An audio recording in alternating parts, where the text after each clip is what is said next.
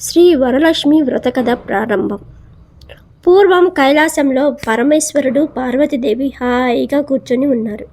అప్పుడు పార్వతీదేవి శివుడితో ఇలా అంది: స్వామి, ఆడవారు ఏ వ్రతం చేసుకుంటే సకల సౌభాగ్యాలు సిరి సంపదలు కలుగుతాయి?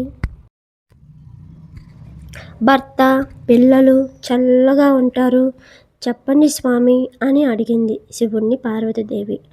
అప్పుడు పరమేశ్వరుడు ఇలా చెప్పాడు, చిరునవ్వుతో ఇలా చెప్పాడు: ఆ పార్వతీ పరమేశ్వరులు మన కోసం చాలా ఆలోచిస్తూ ఉంటారు. దేవి, ఆడవారు చేసుకునే వ్రతాల్లోకెల్లా ఉత్తమమైనది వరలక్ష్మి వ్రతం. శ్రావణ మాసంలో పౌర్ణమి ముందు శుక్రవారం నాడు ఈ వ్రతం చేసుకుంటే కోరిన వరాలన్నీ ఇస్తుంది ఆ వరలక్ష్మి దేవి. దీని కథ చెబుతాను, విను అన్నాడు పరమేశ్వరుడు. అని కథ చెప్పటం మొదలుపెట్టాడు. కుండిన్యాపురంలో చారుమతి కథ. చారుమతి కథ ఈ వరలక్ష్మి వ్రతం చేసుకునే ప్రతి ఒక్కరికి తెలిసే ఉండిద్ది. ఈ వ్రత కథను కంపల్సరిగా చదువుకోవాలి. ఈ కథ చదివినా విన్నా మనకి సకల శుభాలు కలుగుతాయి. పూర్వం మగధ దేశంలో కుండిన్యం అనే పట్టణం ఉండేది. ఆ పట్టణంలో చారుమతి అనే బ్రాహ్మణ స్త్రీ ఉండేది. ఆమె మహాప్రతివత, గుణవతి, మంచి మనసు గలది. ప్రతిరోజు తెల్లవారుజామునే లేచి భర్తకు అత్తమామలకు సేవ చేసి ఇంటి పనులన్నీ చూసుకునేది. ఆమె భక్తికి మంచితనానికి మెచ్చి ఒకసారి లక్ష్మీదేవి కలలో కనిపించింది ఆ తల్లికి. ఓ చారుమతి, నీ భక్తికి నేను సంతోషించాను అని చెప్పి చారుమతికి ఒక ఉపదేశం చెబుతుంది. శ్రావణ మాసంలో వచ్చే రెండవ శుక్రవారం రోజు నాడు నన్ను వరలక్ష్మి రూపంలో పూజించు.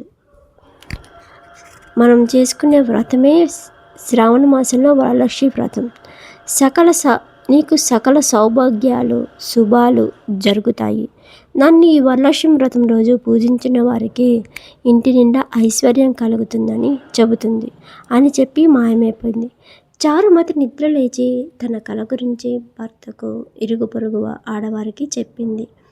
వారందరూ సంతోషించి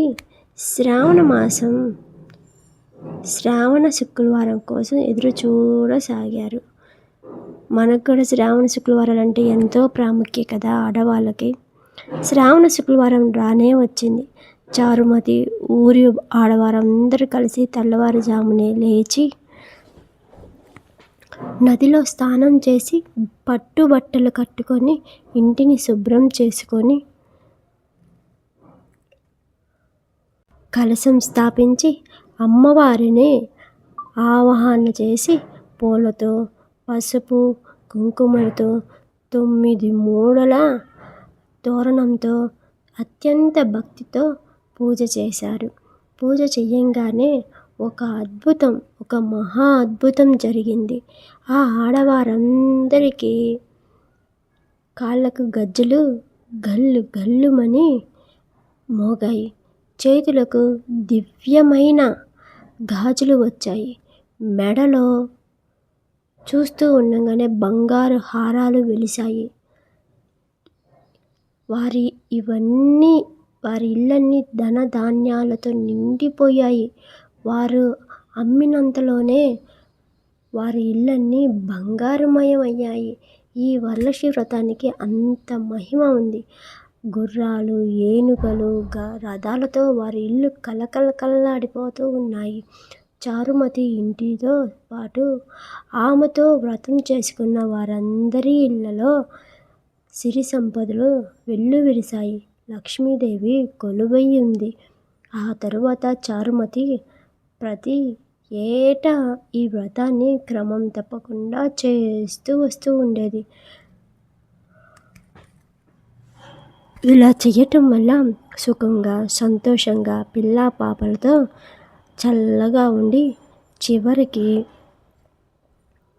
వైకుంఠానికి చేరింది. ఈ వ్రతం ఆర్థిక సమస్యలతో బాధపడే వాళ్ళు కంపల్సరీగా చేసుకోండి. ఇంట్లో గొడవలు, ఇబ్బందులు ఇంకేదైనా ఉన్నప్పుడు వరలక్ష్మి వ్రతాన్ని కంపల్సరీగా చేసుకోండి. ఈ కథ విన్న పార్వతీదేవి చాలా సంతోషించింది. తాను కూడా ఈ వ్రతాన్ని చేసి శివుడి అనుగ్రహాన్ని పొందిందంట. అసలు ఈ వరలక్ష్మి వ్రతం చేయటం వల్ల వచ్చే ఫలితం ఏమిటో ఇప్పుడు చూద్దాం. ఎవరైతే ఈ వరలక్ష్మి వ్రత కథను భక్తితో వింటారో, చదువుతారో వారికి వరలక్ష్మీదేవి అనుగ్రహంతో అష్టైశ్వర్యాలు, సుఖ సంతోషాలు, వాళ్ళ పిల్ల పాపలు సుఖ సంతోషాలతో కలుగుతాయని, కోరిన కోరికలన్నీ నెరవేరుతాయని సాక్షాత్ పరమేశ్వరుడే వరం ఇచ్చాడంట. పరమేశ్వరుడే పార్వతికి చెప్పాడంట. అందుకని ప్రతి ఒక్కరూ వరలక్ష్మి వ్రతాన్ని చేసుకోండి. ఇది శ్రీ వరలక్ష్మి వ్రత కథ సంపూర్ణం. ఈ కథ విన్నా, చదివినా, చూసినా ఇది ఎంతో ప్రయోజనం కోరుతుంది. ఏదైనా ఆగిపోయిన పని కూడా మీకు సకాలంలో జరుగుతుంది. ఈ కథ విన్నాక అక్షింతలు తలపై వేసుకొని అమ్మవారికి నమస్కరించుకోవాలి. అమ్మవారికి వండిన నైవేద్యం కంపల్సరిగా తీసుకొని వెళ్ళండి. తీసుకొని తినండి. అమ్మవారి ప్రసాదాన్ని ధిక్కరించకూడదు. ఓం నమో శ్రీ మహాలక్ష్మీదేవి నమః.